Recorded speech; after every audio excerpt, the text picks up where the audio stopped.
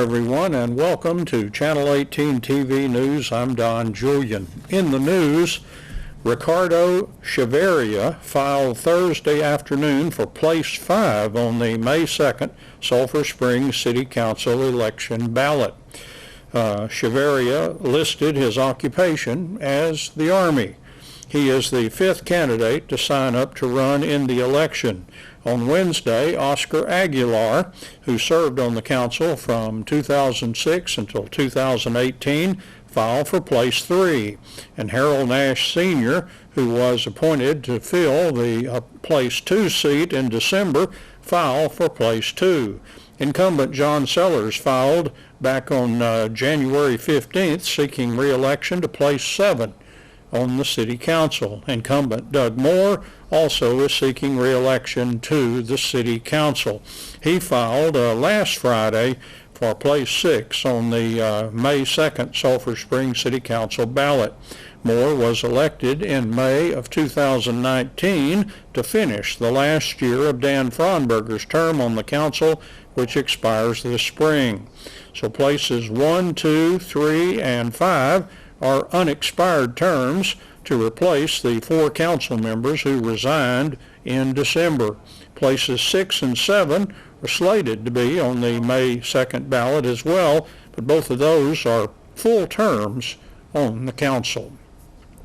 Candidate filing for those seats that we mentioned will continue from 8 a.m. until 5 p.m. weekdays through Valentine's Day, February 14th at City Hall, 201 North Davis Street. Residents who are interested in filing should see City Secretary Gail Roberts for an application packet. Dr. Fred Fuentes, Executive Director for Enrollment Management at Texas A&M Commerce, will be presenting Borders, Bridges, and Bad Hombres, the stereotypes and realities of being Latinx in 2020 at the National Diversity and Leadership Conference in Cambridge, Massachusetts. His presentation will be held at Harvard University, where Fuentes says he will hope to open some eyes about what it means to be Latinx in modern society. That according to a Texas A&M University Commerce press release. Hopkins County Commissioners Court, during a work session this week, discussed a construction project and needed repairs at county facilities. Tom Glossop reported construction on the new building to be located at the corner of Houston and Rosemont Streets is expected to really get underway the first part of February, weather permitting. Work in the Justices of the Peace offices could begin in February as well. That work was approved last year following water problems which caused damage to a wall. Waterproofing of one wall, painting, and carpeting are on the list of items planned. The floor will need to be cleared and cleaned as well, according to Glossop. Newsom, County Judge Robert Newsom, reported repairs are needed for some windows at the Hopkins County Courthouse, including in the main courtroom. And finally, a 31-year-old Sulphur Springs man was jailed just before noon Thursday for allegedly preventing a female from calling 911 during an altercation at a gas station. The female involved in the disturbance told officers she had attempted to call 911 during a disturbance, but the man took the cell phone away and wouldn't allow her to call. The officer alleges in arrest reports. The 31-year-old Sulphur Springs man in custody allegedly said he told the woman that she could use his phone, but when she began to call 911, he took the phone from her. Consequently, the 31-year-old Sulphur Springs man was jailed on a Class A misdemeanor, interference with an emergency request for assistance charge. In addition to this amazing story that you're about to hear, you have an opportunity to help this Haiti mission with a baked potato fundraiser that will take place in Sulphur Springs on Monday, February 3rd from 11 to 3. Let's meet these 4 missionaries. I'm Cindy Lancaster, Gail Bain, Sandy Mullins. Yvonne King. Okay. How in the world did you ladies get started on an idea like this? It's really Gail's fault. It's my Yeah. fault. Tell us, It is Gail. Gail's fault. Tell us, Gail. My first trip was in 2012, and this upcoming trip will be my 12th one. Really? And they've just kind of watched me and gone with me on Facebook, and they want to be a part. They've got such big hearts. They want to be a part. How long have you been going, Yvonne? This will be my third trip. Sandy and I started 3 years ago. 3 years Okay. ago. And And I Sandy. started 4 years ago. Okay. So you leave next month. You go. How do you go? Who wants to tell me about the cargo plane? I'll call on someone. Go ahead, Yvonne. We fly on a World War II cargo plane, a DC-3. We fly out of Fort Pierce. We meet there the day before and load our cargo plane with what goods that we take over there, which we can't take a whole lot because it costs $1.50 a pound to get it there. Really? Yes. We're only allowed 25 pounds each. Okay. And that's our food for a week, our clothes. I mean, you can get to 25 pounds real fast. Real fast. So you don't have to pay for that first 25 pounds. Well, yes. Right. That's part That's of our. not part that's of- part of our what- mission yeah. cost. Yeah. Part of the cost. Okay. And then you land in a grass field. We do. We load that plane. We fly off the next morning. They fly out on Tuesdays or Thursdays for Missionary Flights International is the name of the company that we fly out with. It's volunteer commercial air pilots. Pilots and mechanics. And mechanics. And we fly out of Fort Pierce, Florida to Haiti. It's about a 4.5-hour flight. And we actually land in a field where sometimes they have to circle around and get the goats off the field before we can land. It's not an airport. It's literally a pasture that we land in. And so you transport your things you've brought to a village? Yes. Okay. What happens next, Cindy? Oh my goodness! Then we get ready for the week, and we have our little schedule made up. We go with a group called Psalm 139 Love, and our leader Amanda will have a whole week of activities for us. We stay from Tuesday to Tuesday or Thursday to Thursday, and we teach Vacation Bible School in a different community every day. A very short, compact one, but a good one nevertheless, to the children in a different community every day. And we have a fabulous widow or widower's luncheon on Sunday of the week that we're there, and that's one of our highlights because in a country that is so poverty-stricken, the elderly tend to be pushed to the side, and food is given to the younger people first. I see. You know, obviously. And so we do a luncheon for just the men and women who are widowers, and oh my goodness, it's fabulous. They just love it, and we dance with them, and we sing hymns with them, and it's one of the highlights. Yeah. Very entertaining. But we go and we install water wells. We have a huge community garden that's helping, and we're hoping to get another community garden. And then we do agricultural training because the people don't have the education there to know how to grow on their own land. So we actually bring people in from the United States who teach them how to do that. How to make compost even. Right, and this land needs it because sure. what kind of land is it? Sandy, tell us something, what you've run into. It's very, very little topsoil, and then once you get past that little bit of topsoil, it's just almost like slate. So it takes a lot of compost, irrigation, water. Water is just so important over there. It's everything. At one point the community that we were working in, they were all getting sick due to the river that they were drinking out of, and Amanda was able to put in a couple water wells that has just tremendously made a huge difference. You can Google Psalm 139 Love, and it's Amanda Pico that is the president of that, and she does all this on a volunteer basis, and she's the missionary that we go with. And it's a sweet story that she started just a few years ago, and we're proud to be a part of it. Well, I have to ask, do you have access to indoor plumbing at any time? No. Okay, so we're primitive. And there's... Nor electricity. No electricity. No running water, no No electricity. It's an outhouse that we're proud to have an outhouse. An outdoor shower that we get water out of a 55-gallon drum that's above us that comes straight down a spigot. Ice cold. Ice cold, even in the dead of summer. But it's always hot there, isn't it? It's always hot, but by the time you get to take a shower at 8 or 9 o'clock at night, that water It's cold. is cold. So the climate of the place is hot and dry, except Hot, for dry. the monsoon time. Right, Yes. right. And these roofs, sometimes they have a roof that is not made of leaves. Right. Sometimes they do. Sometimes they have a metal roof, but of course the metal's been there maybe since the earthquake 10 years ago, and it's rusted or it has holes in it.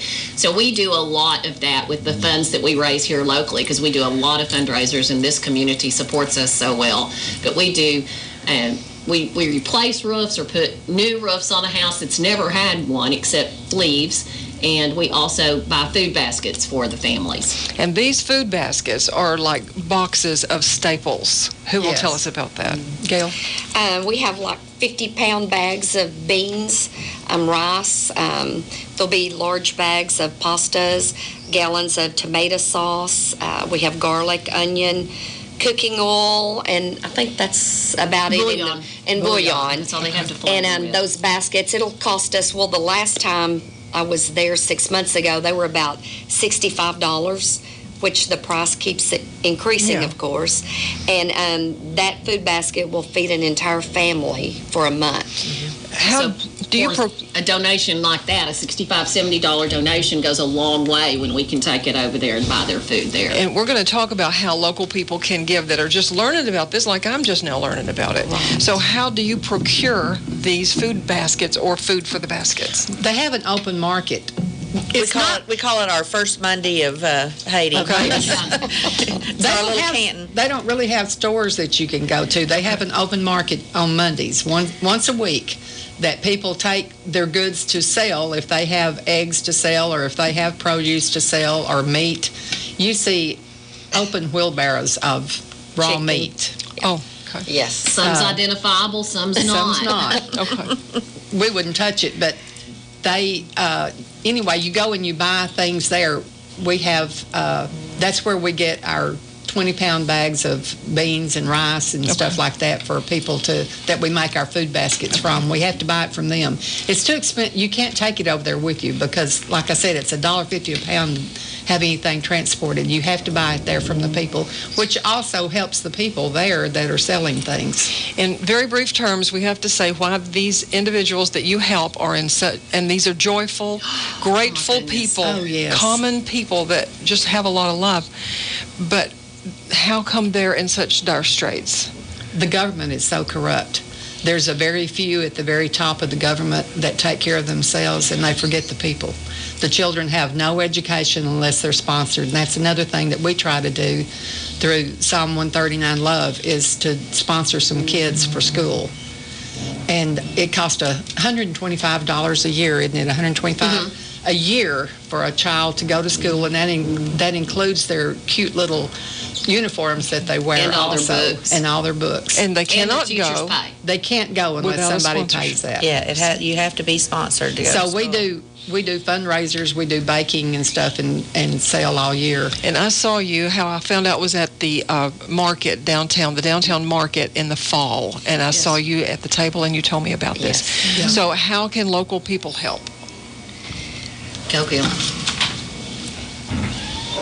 If anyone locally wants to donate, you can specify if you want your money, your donations, your love offerings to go to put a metal roof on someone's home, which in the rainy season, people have to hold their children out of the mud because the mud will breed parasites. The and floor make them inside sick. their house is dirt, and In- that's where the mud comes In from. many of them. So, that's a huge thing. And it's $50, $60 to put a metal roof on a home. That, food baskets, which many people are starving.